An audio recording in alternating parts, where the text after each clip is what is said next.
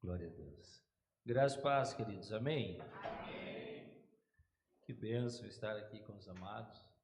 O pastor Giovanni é um amigo, de fato, pessoa muito preciosa a nós, a nossa casa. Nós vínhamos na estrada, eu e minha esposa, falando sobre o tempo que Deus nos proporcionou em conhecê-lo. Foi um tempo muito específico para a nossa vida. E o pastor Giovanni foi importante para uma etapa de transição dentro daquilo que nós estávamos vivendo ministerialmente. A partir daí, selamos um caminho de amizade, oramos por ele, pela casa aqui, estivemos aqui pregando no aniversário e ficamos muito felizes por ver tudo que o Senhor tem feito neste lugar aqui, por ver tudo que o Senhor tem gerado aqui e ainda vai gerar através da vida do pastor e daqueles que aqui com ele têm caminhado. Então, para nós é uma alegria estar aqui. Eu estou hoje junto com a esposa, nós hoje estamos sós, os filhos ficaram.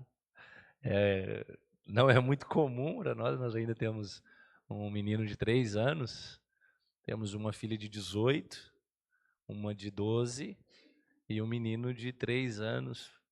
Então, sempre que saímos, a gente sai em comboio, sai uma gangue. Dessa vez nós conseguimos deixar e viemos só os dois. É um encontro de casais, então os filhos ficaram e nós viemos aqui ser porta-voz da palavra, mas também sermos abençoados pelo tempo do Senhor aqui para as nossas vidas. Eu quero convidar você a abrir a sua Bíblia aí, você que trouxe, ou acessar a sua Bíblia aí no seu celular, no livro de Gênesis, capítulo de número 2.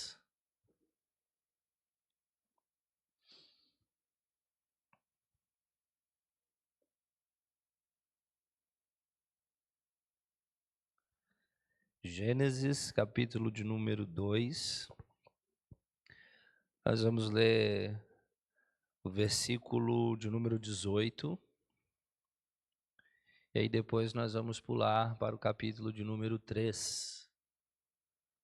Gênesis, capítulo de número 2, o versículo 18 diz assim: E disse o Senhor Deus: Não é bom que o homem esteja só. Far-lhe-ei uma ajudadora idônea para ele. Capítulo 3 agora, a partir do versículo de número 1. Nós vamos ler a partir do versículo 1 até o versículo de número 14. Diz assim: Ora, a serpente era mais astuta de todos os animais do campo que o Senhor Deus tinha feito. E esta disse à mulher: É assim que Deus disse: Não comereis de toda árvore do jardim?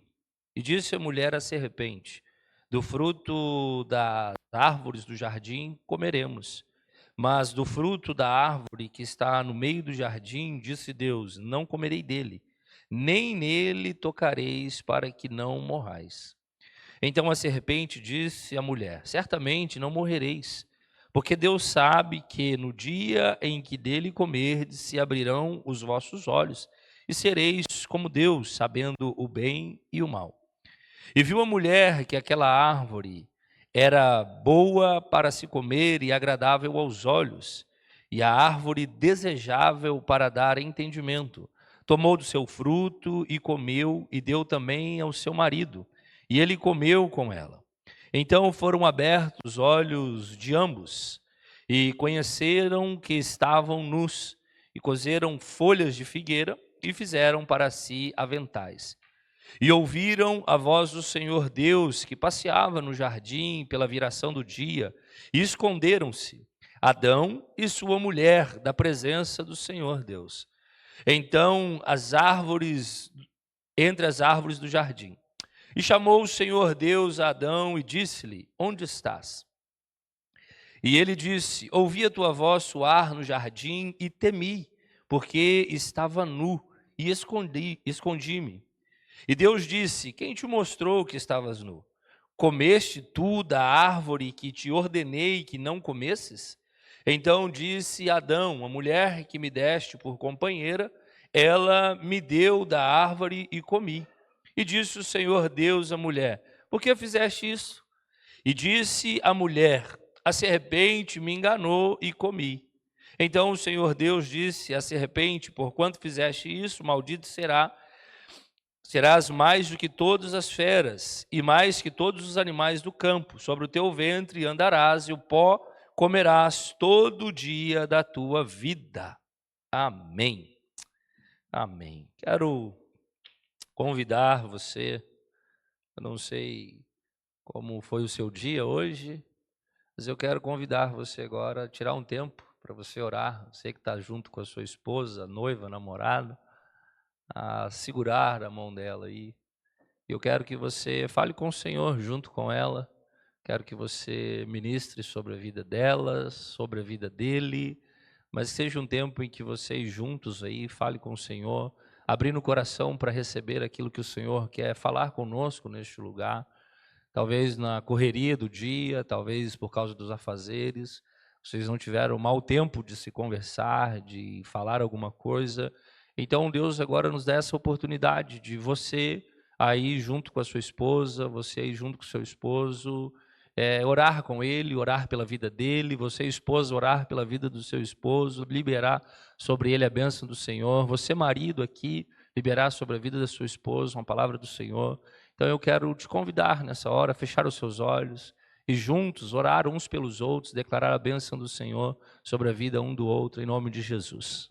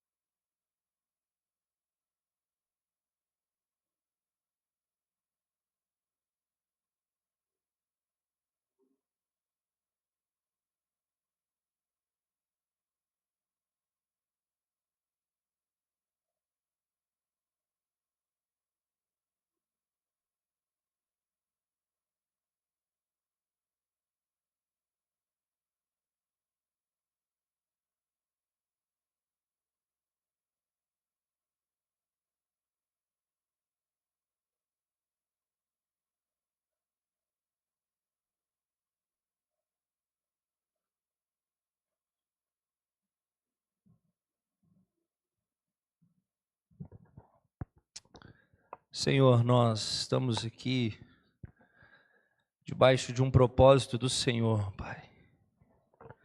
Mais do que um desejo pastoral, mais do que um movimento de uma igreja, há um propósito do Senhor para este tempo, para a vida de cada casal aqui. O Senhor conhece, Senhor, do tempo que eles estão passando. O Senhor sabe os lugares por onde eles estão caminhando. O Senhor conhece o coração, as verdades, as dores, as crises, as preocupações e medos. Mas eles estão aqui hoje, Senhor. Estão aqui, Senhor, com o coração aberto, dispostos a te ouvir. E nós aqui, Senhor, abrimos a nossa vida, ó Deus, e permitimos que o Senhor, de forma soberana, de forma gloriosa, alcance cada coração aqui.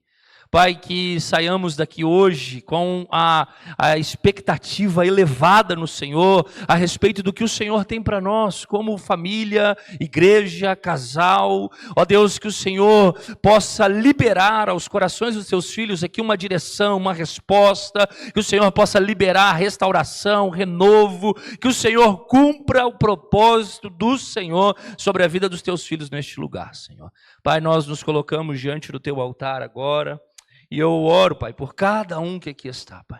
E peço que o teu Espírito possa envolver e inundar os corações. Em o nome de Jesus. Amém. Amém. Queridos, nós estamos vivendo um período de guerra. E eu nem falo da guerra das nações. Eu falo da guerra que vivemos no dia a dia, que vai se estabelecendo no conviver, no se relacionar. Vivemos um tempo de guerra em que cada um está tentando alcançar o seu propósito. É a guerra do eu. Eu preciso, eu quero, eu tenho que fazer. E cada um vai se degladiando, vai lutando na expectativa de chegar mais longe, de ser melhor, de ter mais. E a gente nessa guerra vai recebendo ainda algumas informações e alguns incentivos de que os homens precisam ocupar o seu espaço, em contrapartida as mulheres estão dizendo que precisam ocupar o seu lugar, e a sociedade vai impondo sobre nós, como seres humanos, como cidadãos que somos, a necessidade de ocupar lugares. A necessidade de estar à frente, a necessidade de ser visto, conhecido, de se tornar importante, de que a nossa palavra seja a última e de que aquilo que nós queremos seja prioridade. Nós vivemos essa guerra.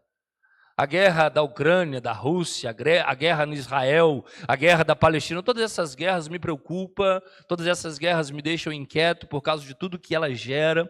Mas a guerra que nós vivemos dia a dia, no silêncio, na caminhada, essa guerra para mim tem se tornado um pouco mais preocupante.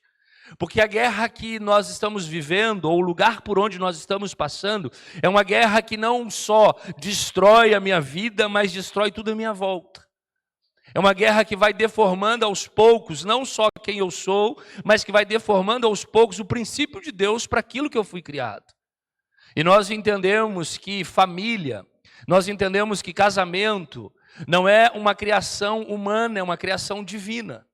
É por isso que, por mais que nós, pastores, por mais que nós, seres humanos, tentamos procurar respostas, métodos, caminhos para tentar ajudar os casamentos, tudo que nós criamos não se compara ao que Deus pode fazer. Porque a única forma exata para o casamento é a que Deus criou. Porque o casamento ele não é uma criação humana. Casamento é uma criação divina, assim como a igreja não é uma criação humana, é uma criação divina, e por mais que a gente tente criar métodos, o que faz a igreja desenvolver, caminhar e viver é o Espírito de Deus, e o casamento não é diferente. Nós temos algumas ferramentas, nós temos alguns caminhos para ajudar no relacionamento, mas se Deus, se Cristo, se o Espírito Santo não for o centro da nossa vida, o centro do nosso relacionamento, é só cansaço, é só guerra, é só luta. Quando nós olhamos o sermão de Jesus, chamado Sermão do Monte, a partir do capítulo 5 de Mateus até o capítulo 7, Jesus, na verdade, está apresentando aos homens a cultura do céu. Como é que funciona a cultura do céu? Como que o céu funciona? Porque a perspectiva que temos na terra é que, na verdade, a terra é uma reprodução do que é do céu. É por isso que a oração do Pai Nosso faz essa declaração, que aqui na terra seja assim como é aí no céu. E se nós pegarmos o texto agora que nós lemos, nós vamos ver que o capítulo 1 diz que no princípio criou Deus céus e terra. Primeiro céu, depois terra, dizendo que tudo que acontece aqui, primeiro é estabelecido no céu. Então, o que Jesus está ensinando no capítulo 5 ao 7 de Mateus é a mensagem ou a cultura do céu. É o evangelho, é uma vida de doação em prol do outro. É uma vida que você abre mão de quem você é, dos seus direitos, você abre mão das suas vontades, dos seus desejos, por causa do outro. Esta é a mensagem que Cristo vem trazer, e não só vem dizer, mas vem viver. Porque Ele abre mão de tudo que Ele é, de todos os seus direitos, Ele abre mão de tudo que há nele, para viver a nossa vida e morrer no nosso lugar. Então Cristo, no Sermão do Monte, não só está dando um discurso, mas está dizendo o que Ele vai fazer e qual é a proposta dele como vida cristã. Pois bem, o texto que nós lemos é a criação de todas as coisas, mas mais especificamente, Deus olhando para a terra, vendo que tudo que Ele criou funciona, está tudo funcionando, está tudo bem. O princípio na criação é Deus mandando as coisas existirem, as coisas passam a existir. Então Deus decide parar tudo para criar o homem. E agora o capítulo 2, versículo 18, Deus percebe algo de ruim em tudo isso. E o texto diz que não era bom que o homem ficasse só. Então Deus ia criar alguém para auxiliar. Eu vou criar uma mulher para ele, para auxiliá-lo. E o capítulo 3, depois de Deus perceber isso, criar a mulher, o homem e a mulher estão vivendo, o capítulo 3 é o capítulo que todos nós conhecemos, o capítulo da queda, do pecado. Capítulo em que Eva vai conversar com a serpente e que ela vai se deixar envolver pelo discurso da serpente. Ela cai comendo o fruto, e a verdade é que o pecado não é o fruto em si, mas a desobediência da ordem do Senhor. E o texto diz que então ela vai oferecer o fruto ao esposo, e assim acontece. Deus os visita e a gente sabe a partir daí o que vai acontecer. Mas aqui o texto e os dois momentos, ele revela algo importante para nós na caminhada como casal.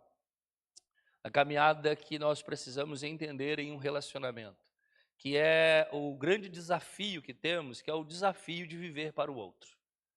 Nós vivemos em uma sociedade em que as pessoas estão procurando relacionamentos para serem felizes e não para fazer o outro feliz. As pessoas estão procurando relacionamento para se completar, para preencher um vazio da alma. Então as pessoas estão em um relacionamento por causa delas. Elas procuram no outro alguma coisa para elas.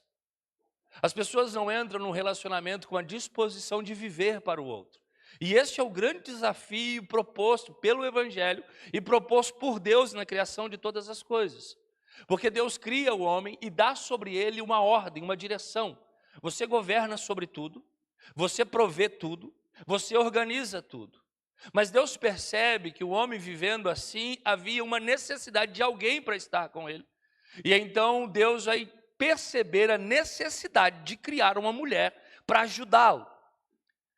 E eu fico percebendo que Deus, desde o começo de todas as coisas, entendeu que nós, homens, temos extrema dificuldade para encontrar coisas sozinhos.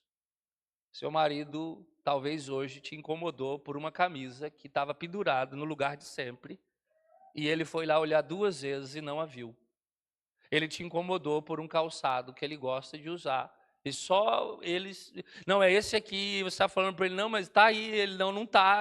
Não, eu acabei de colocar, eu fui aí agora e vi, não, mas eu estou aqui e não está. E a gente acha que as mulheres fazem mágica quando elas vão lá e pegam exatamente onde diz que estavam, e a gente não viu.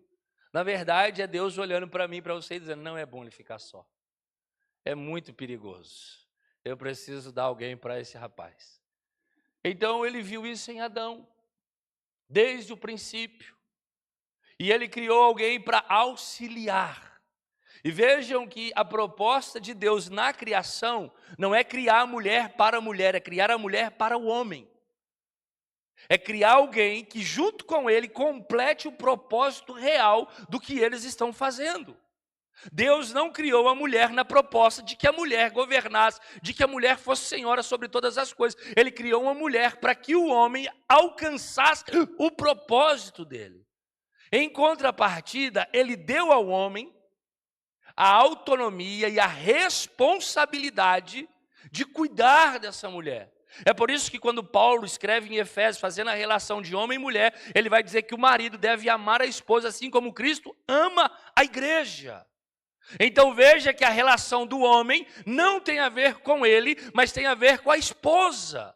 Então não é eu vivendo para mim, para os meus desejos, para aquilo que eu gosto, para as minhas práticas, para aquilo que é bom para mim. É eu vivendo para que a minha esposa seja completa, para que ela alcance o potencial máximo do que ela é e do propósito de Deus para a vida dela. É a esposa vivendo para que o esposo chegue neste lugar aonde Deus estabeleceu para ele. Quem é que vai fazer isso? É um contribuindo para a evolução do outro, para o crescimento do outro. Nós estamos vivendo um tempo de guerra entre casais.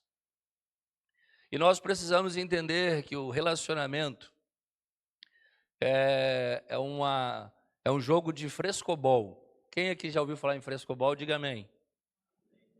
Amém, não estou sozinho. Frescobol normalmente é um esporte praticado na praia. A finalidade dele é uma dupla. E cada um tem uma raquete, o propósito é que eles mantenham uma bolinha por máximo de tempo de um lado para o outro. Então a proposta é que os dois juntos contribuam para que aquela bolinha permaneça no jogo. O que é diferente do tênis.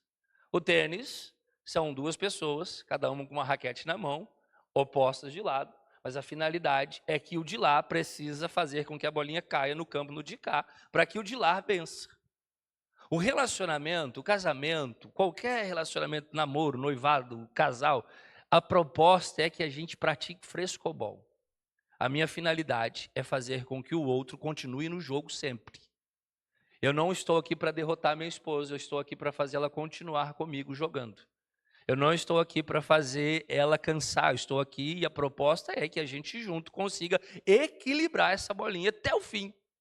Então a proposta no relacionamento, o desafio real do relacionamento é não viver uma vida para mim, é viver uma vida para o outro. É viver uma vida em que eu consiga fazer com que o outro chegue no lugar ou no propósito que Deus tem para ele. E a gente precisa entender que se nós não estivermos neste lugar, há uma tragédia anunciada. Porque o capítulo 3 é uma tragédia anunciada. O texto diz no capítulo 3 que Eva está ali, a serpente chega e começa a conversar com Eva. Há um problema na conversa ou na fala, porque Eva não sabe direito o que é que ela não pode fazer.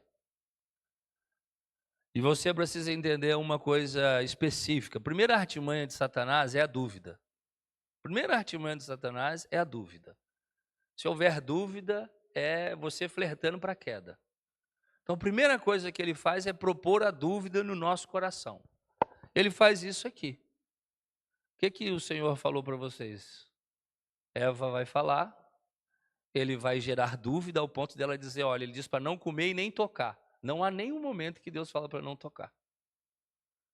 Ela não sabe direito no que ela está crendo. Se você pegar Mateus, o capítulo 4, o texto diz que Jesus estava em jejum, ele é levado ao deserto para ser tentado. A primeira coisa que o diabo fala para ele é, se tu és o filho de Deus, dúvida. Primeira proposta na caminhada de Satanás para nos derrubar e gerar dúvida. Primeira coisa, o que a gente mais vê nos relacionamentos? Dúvida. Será que é a pessoa certa? Meu Deus, o que eu estou fazendo da minha vida?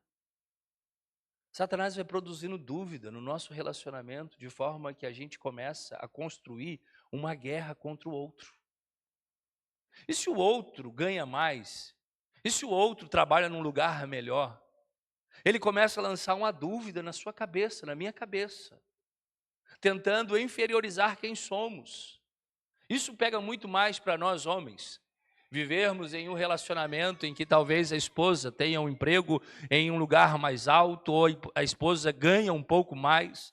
No nosso orgulho masculino, a gente se sente ferido. A gente se sente machucado. Isso, na verdade, é só Satanás tentando lançar uma dúvida no seu coração a respeito de quem você é.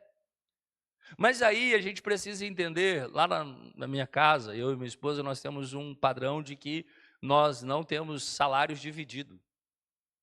Eu sou pastor da igreja junto com ela. Ela, além de pastora da igreja, ela trabalha como professora de educação infantil. E nós nunca tivemos 2 salários.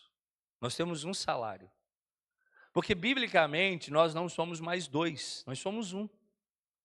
Então, quem ganha mais, menos, quem trabalha mais ou menos, quem trabalha melhor, isso não existe conosco. Porque nós somos um. E a proposta que nós temos é que tudo que nós arrecadamos é para o bem-estar coletivo. A proposta que nós temos é que toda a renda que entra na nossa casa não é minha, não é dela, é da casa, é da família. Então a primeira coisa que o diabo lança no nosso meio é essa dúvida de financeira, e dos casais que normalmente nós acompanhamos, toda a crise começa com um problema financeiro. Toda crise. E a crise financeira, ela deságua em todas as áreas. Se você falar assim, ó, meu marido ele é um pouco ignorante, pastor. E normalmente você vai ver que está atrelado ao estresse da vida financeira. E aí ele passa a ser rude, ele passa a sentir uma pressão, ele passa a descarregar onde não deveria. Normalmente, toda relação, as pessoas associam, o problema lá é a questão da sexualidade, pastor, está com problema no relacionamento sexual. E na verdade isso é só fruto de uma vida financeira desajustada. Porque a mulher olha para a amiga que está viajando, que está comprando coisa, postando foto com cabelo bonito, fazendo unha não sei aonde, e você não, e ela não se sente cuidada. Então ela não quer ter relação com alguém que ela, na cabeça dela, não cuida dela. Então todo o processo da crise, ele começa primeiro na questão financeira. E aonde é que a sociedade tem tentado estabelecer essa guerra? É nesse conflito. É uma guerra entre marido e mulher, quem ganha mais, quem paga mais conta, quem faz melhor, quem não sei o quê, quem. E a gente produz uma guerra dentro do nosso lar. Quando na verdade a nossa disposição é viver uma vida para o outro.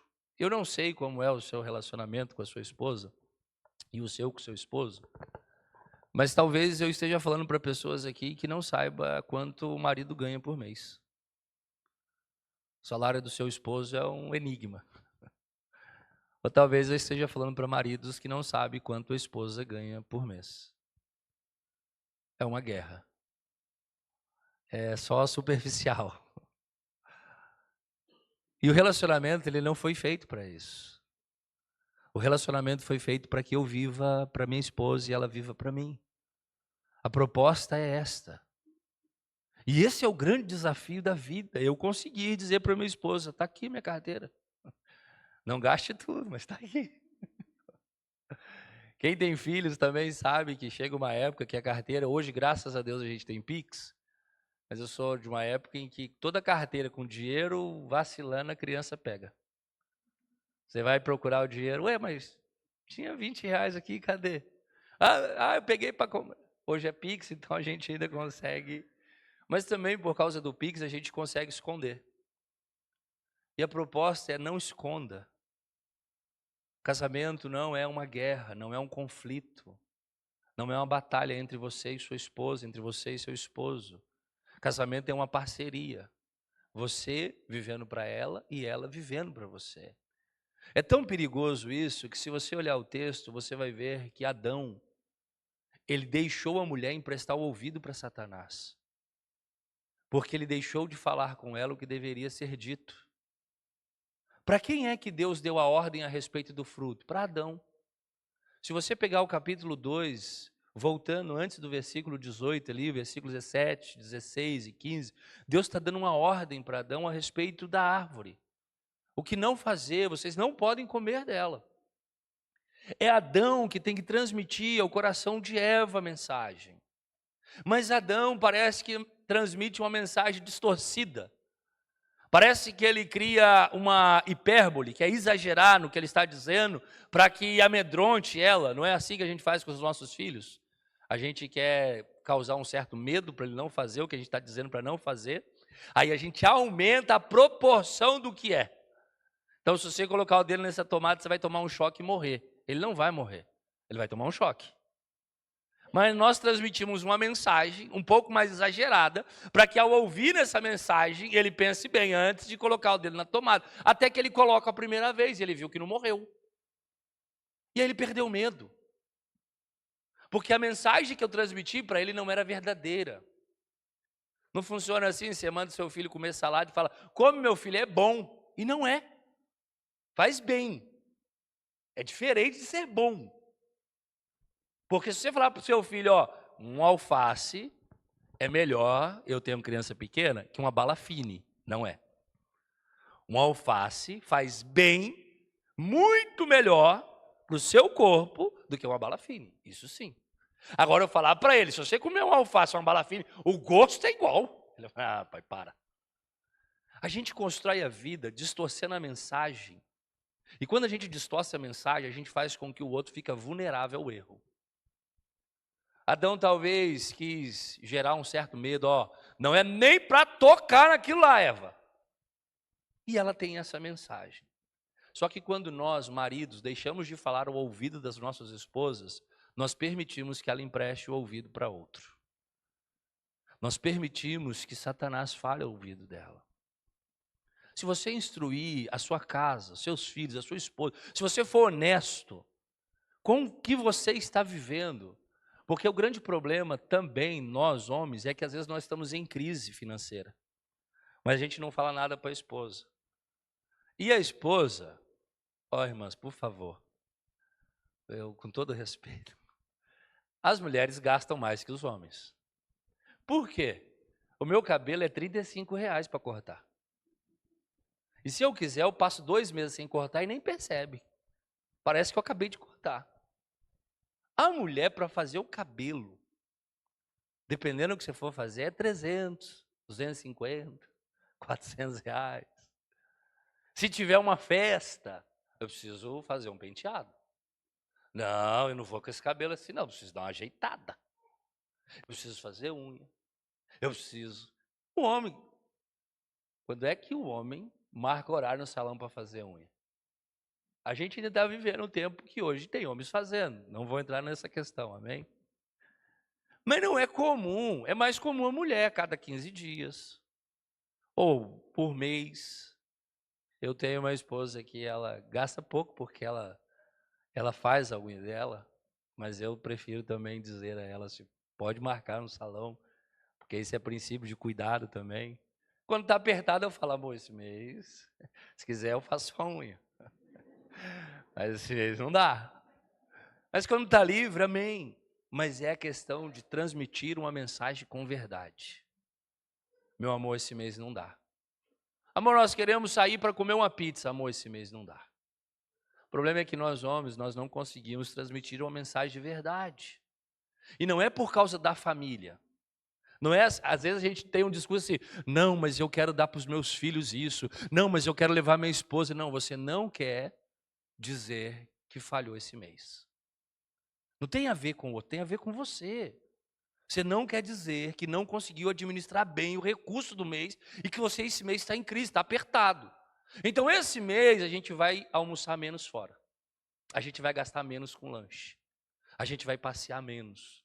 Porque esse mês eu vacilei em algumas áreas. Porque esse mês eu não vendi tanto que eu esperava. Porque esse mês apareceu uma dívida além do que estava. Porque esse mês eu tomei uma multa e quebrou meu orçamento. Porque esse mês o carro quebrou e eu vou ter que arrumar o carro. O dinheiro que eu tinha para a gente sair, eu vou ter que gastar com o carro. Os homens têm dificuldade de ser verdadeiros na mensagem que vão transmitir. Parece Adão.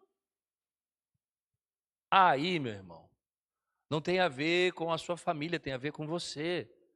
Não é que você não está falando porque você quer cuidar da sua família, você não está falando porque você não quer dar o braço a torcer.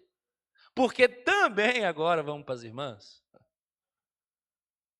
Quando a gente fala, as irmãs falam o quê?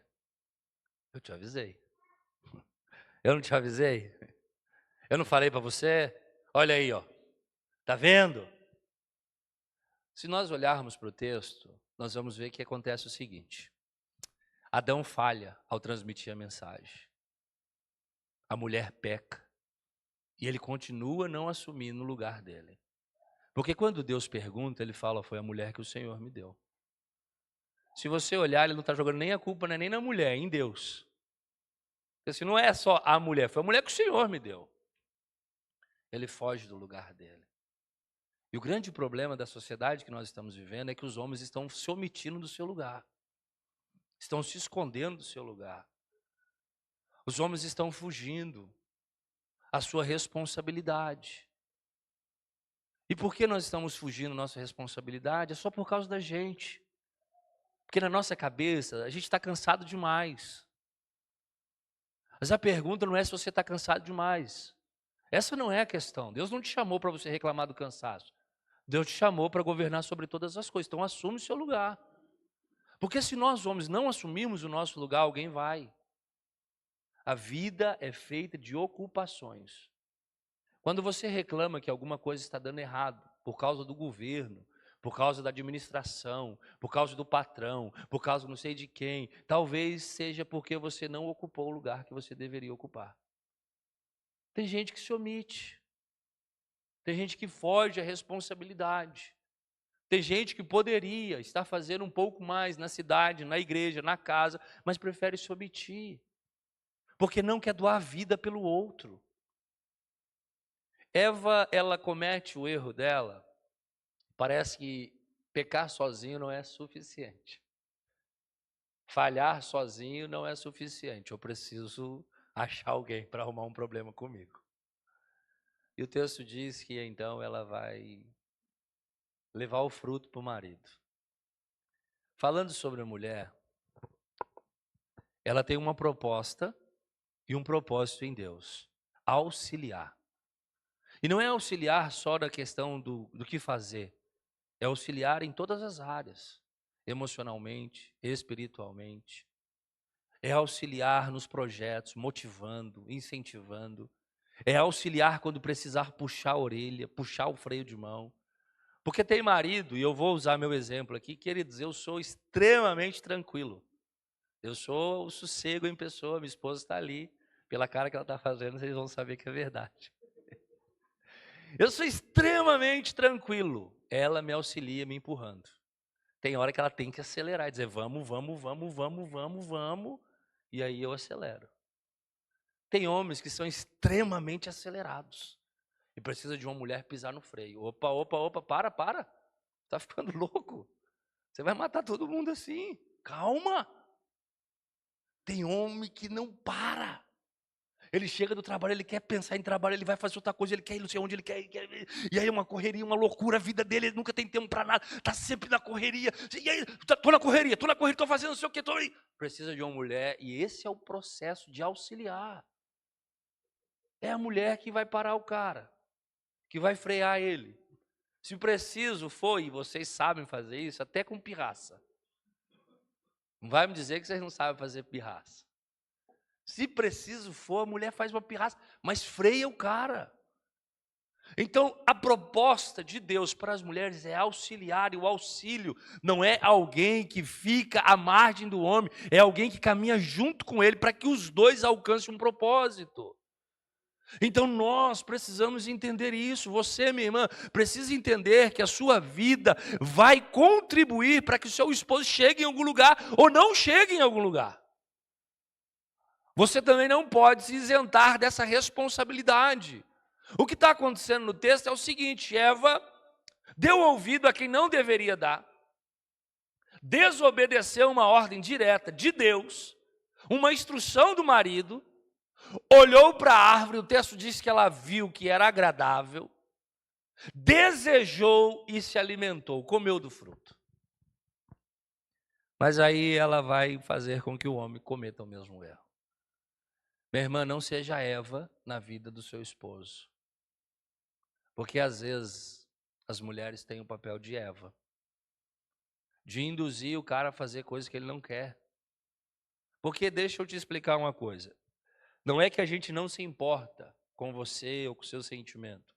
É que homens, normalmente, eles têm mais facilidade de passar por cima de problemas e de não guardar rancor no coração.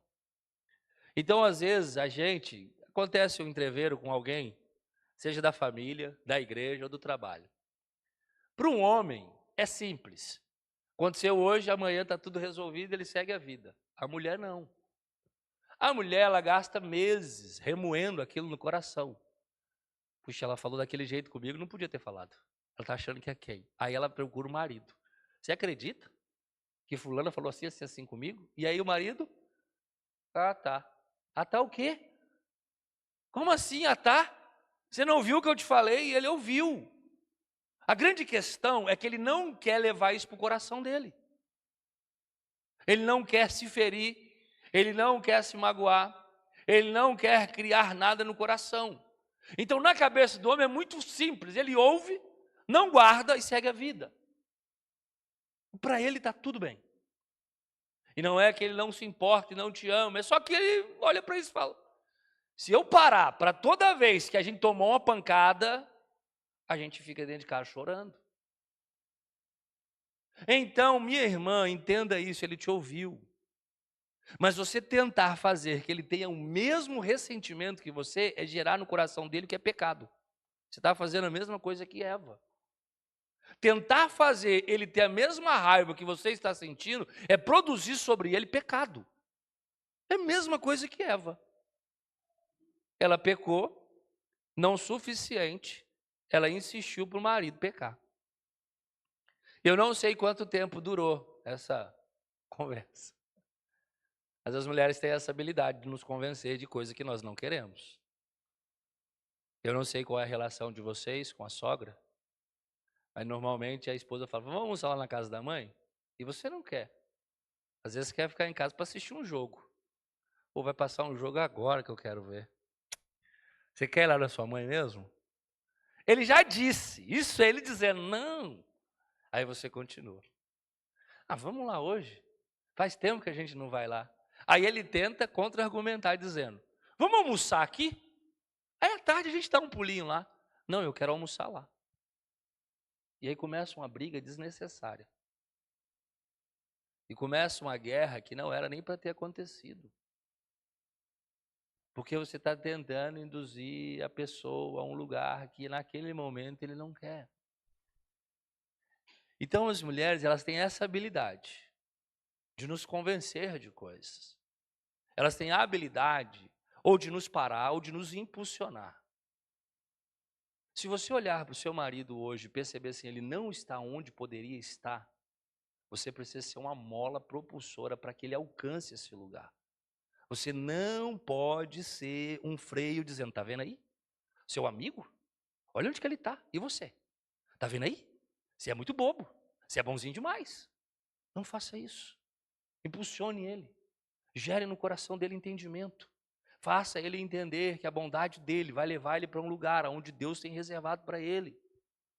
Você precisa cumprir o seu propósito como esposa na vida do seu esposo. É auxiliadora idônea. Foi para isso que Deus gerou você, irmã. Para ajudá-lo. Porque Deus já disse, eles têm problema. Não é bom eles ficarem só. Deus está dizendo, eles são problemáticos. Eu não posso gerar alguém com mais problema que eles, porque aí não vai dar certo. Veja que Eva, ela vai induzir o cara ao erro. Eu não sei quanto tempo, queridos. Mas você vai ver que as mulheres, elas têm essa habilidade. Às vezes ela nem fala nada. Nem fala. É só um olhar, você já sabe. Ih, rapaz, já estou vendo. Faz 6 meses que ela pediu para a gente arrumar a porta, está lá ainda. A tomada está pendurada, os fios tem que bater um no outro para ligar. E ela nem fala mais nada, ela só passa e olha assim. Ó. E aí você finge que não está vendo. E aí fica pensando, meu Deus, eu preciso arrumar isso aí. O relacionamento é um vivendo para o outro. É um contribuindo para o outro. E nós não estamos nos envolvendo para matar, ferir e prejudicar. Nós estamos nos envolvendo para nos orgulharmos de quem é. Uma das coisas que eu olho para minha vida é porque vocês estão me vendo aqui agora, bonito, bem vestido, ajeitado. Isso é fruto da bondade de Deus através da minha esposa. Porque eu era um menino feio, magro, que se vestia de qualquer jeito.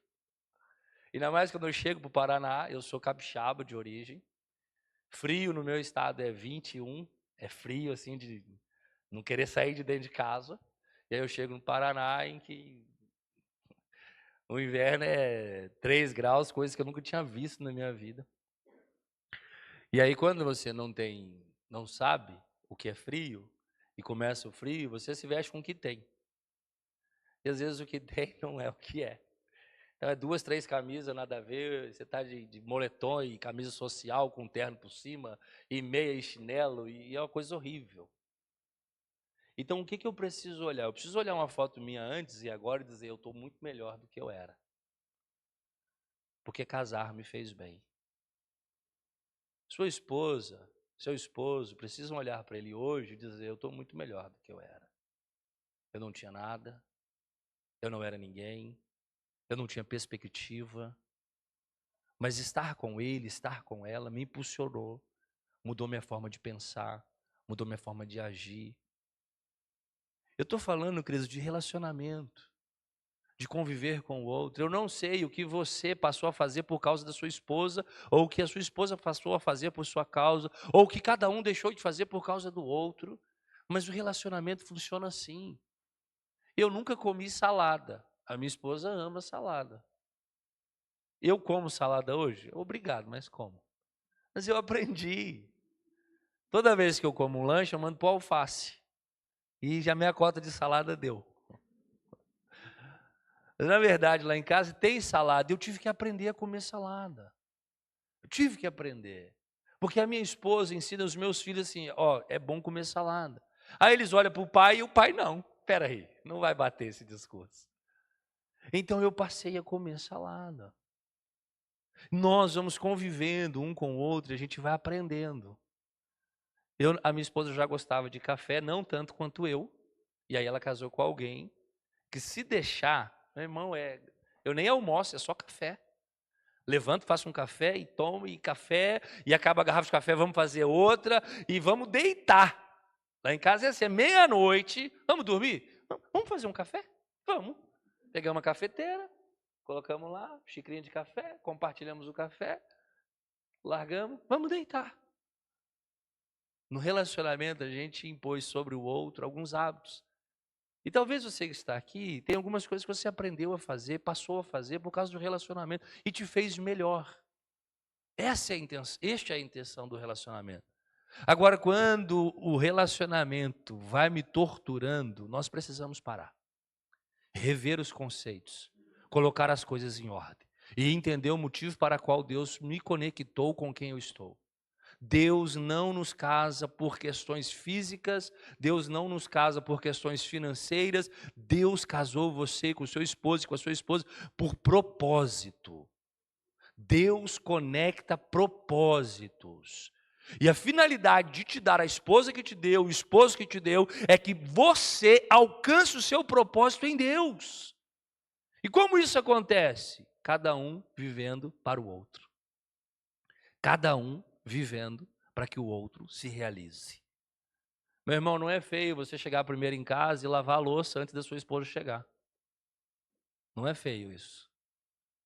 E você não é menos homem por isso. Onde já se viu, trabalhei o dia inteiro e ainda vou lavar a louça? Vai. Você vai lavar a louça. Porque você está vivendo em prol da sua esposa. Se ela chegar em casa e a louça estiver lavada, meu irmão, olha que glória.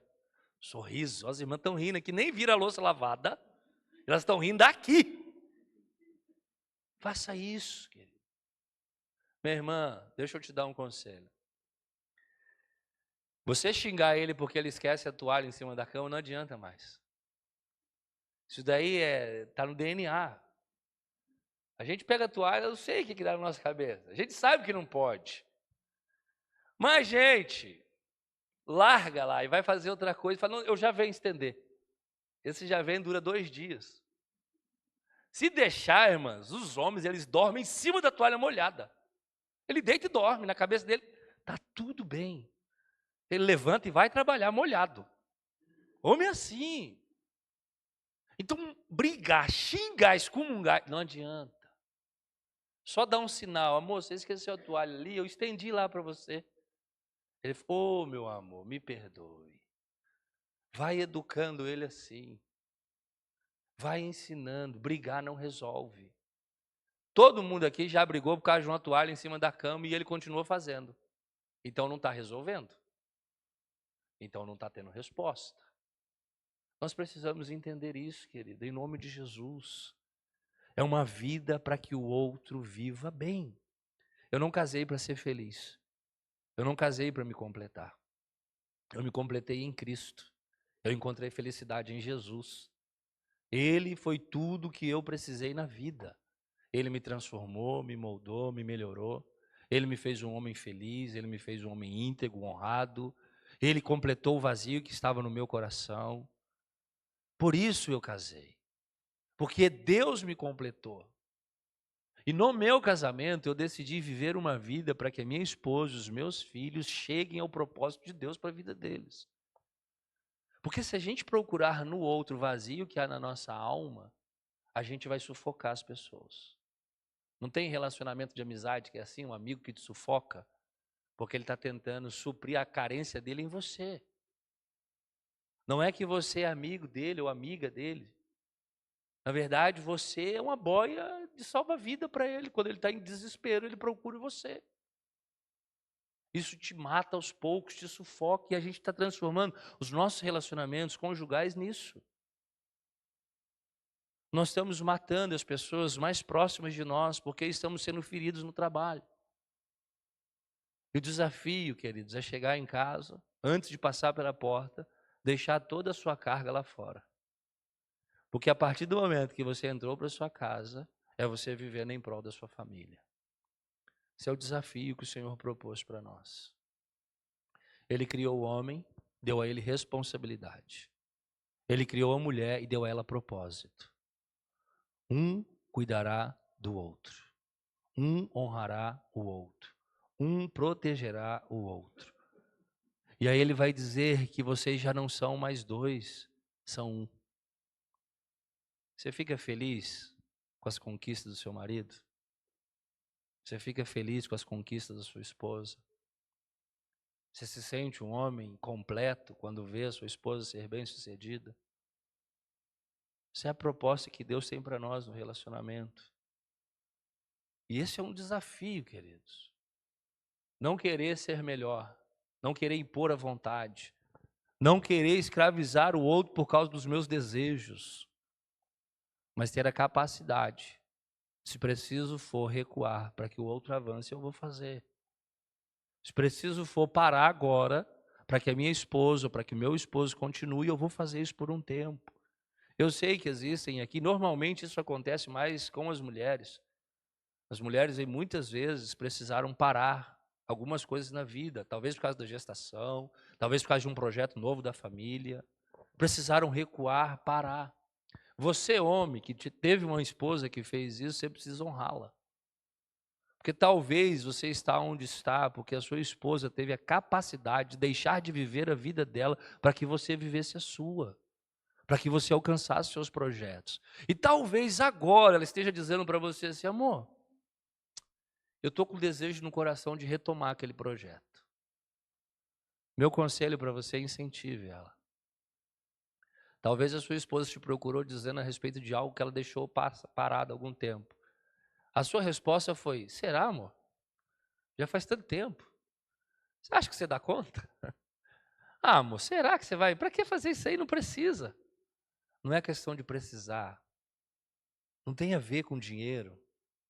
Não tem nada a ver com isso, querido. Ela dizendo para você assim, olha, eu quero retomar a minha vida. A sua função agora é olhar para o tempo que ela parou, para que você pudesse caminhar e dizer, meu amor, eu vou caminhar contigo. Vamos retomar junto. Talvez um homem precisou parar. Talvez na crise da Covid, alguns homens perderam o seu lugar de trabalho. Precisaram reinventar a vida. As mulheres continuaram nas suas funções e talvez alguns dos irmãos tiveram que parar. E pararam para que a esposa progredisse, para que a família progredisse. E de repente, agora você começou a olhar e pensar, puxa, dá para eu recomeçar aqui. Dá para eu repensar aqui. E talvez a pessoa que você vai compartilhar seja a sua esposa. Meu irmão, o conselho é ouça, pontue o que você acha que precise, mas não mate. Meu amor, eu estou contigo. Vamos orar a respeito? Vamos pensar sobre? Vamos caminhar a respeito disso? Porque esse é o desafio, querido. Esse é o grande desafio. Viver uma vida para o outro. Nós precisamos aceitar isso no nosso coração. Deus levantou você, marido, para que a sua esposa cresça cada dia mais. Deus levantou você, esposa, para que o seu esposo evolua cada dia mais. Nosso desafio é viver uma vida para o outro, em nome de Jesus. Eu quero orar com você. Gostaria de convidar você a fechar os seus olhos. Eu quero orar para que Deus abra o seu coração, o seu entendimento a respeito do propósito dele para a sua vida, para a sua casa. Vocês não estão competindo, vocês estão construindo algo juntos. Não é dele ou dela, é de vocês. É uma construção juntos, é uma caminhada juntos. Senhor, eu quero declarar sobre a vida aqui dos meus irmãos o entendimento que nós temos um desafio. A sociedade está dizendo que cada um deve lutar pelos seus interesses. A sociedade está dizendo que a mulher precisa ocupar um lugar, o homem precisa ocupar um lugar. Mas na verdade, Senhor, O Senhor criou um lugar para cada um e que cada um ocupando esse espaço fará com que o propósito real do Senhor se cumpra sobre a sociedade. Ó Deus, nos faça entender que o desafio não é vencer a minha esposa, que o desafio não é vencer o esposo, o desafio é caminhar junto. O desafio é renunciar à vida para que a vida dele ou para que a vida dela alcance o propósito no Senhor. Meu Deus, não é uma competição, não é uma batalha, Senhor. Nós estamos juntos construindo uma vida no Senhor, construindo uma caminhada em Ti, construindo famílias no Senhor. Deus, eu oro para que toda mentira de Satanás caia por terra, toda dúvida no relacionamento. Eu oro para que os teus filhos consigam ter uma mensagem assertiva ao coração das esposas. Eu oro para que as esposas cumpram a função delas, ó Pai, ó Deus, auxiliando, instruindo, motivando, e se preciso for puxar a orelha, que assim elas façam, Senhor, mas que caminhem lado a lado, construindo algo no Senhor, que caminhem lado a lado, edificando a casa, edificando a família, construindo altares para o Senhor, ó Deus, casais juntos, ó Deus, um cordão de 3 dobras, Senhor. Ó Senhor, a minha oração esta noite é que nós compreendamos, ó Pai, que este desafio de viver para o outro, o Senhor já nos apresentou na cruz. O Senhor não viveu para o Senhor mesmo, o Senhor viveu para nós, para que tivéssemos vida, para que tivéssemos salvação, para que tivéssemos esperança. O Senhor viveu por nós. Senhor, nós queremos cumprir o que a Tua palavra diz, que os maridos devem amar as esposas, assim como Cristo amou a igreja. E a esposa deve se submeter ou ter uma missão paralela junto ao marido. Senhor, nos ajude a entender, Pai, que essa construção, Pai, não é uma competição interna, mas é uma batalha em conjunto. Somos nós lutando por nós, pelos nossos filhos, pela nossa casa. Senhor, dê ao homem força para permanecer no alicerce, para instruir a casa, para ensinar a esposa, para ser uma referência aos filhos. Dê às esposas sabedoria, porque a Tua palavra diz que a mulher sábia edifica o lar. Dê a elas sabedoria, Senhor, para instruir, para conversar, para gerar no coração dos homens, ó Pai, orientação. Pai, em nome de Jesus, Senhor, nos ajude a completarmos a proposta do Senhor e o propósito do Senhor a cada um de nós. Em o nome de Jesus. Amém. Amém. Deus os abençoe, queridos, em nome de Jesus.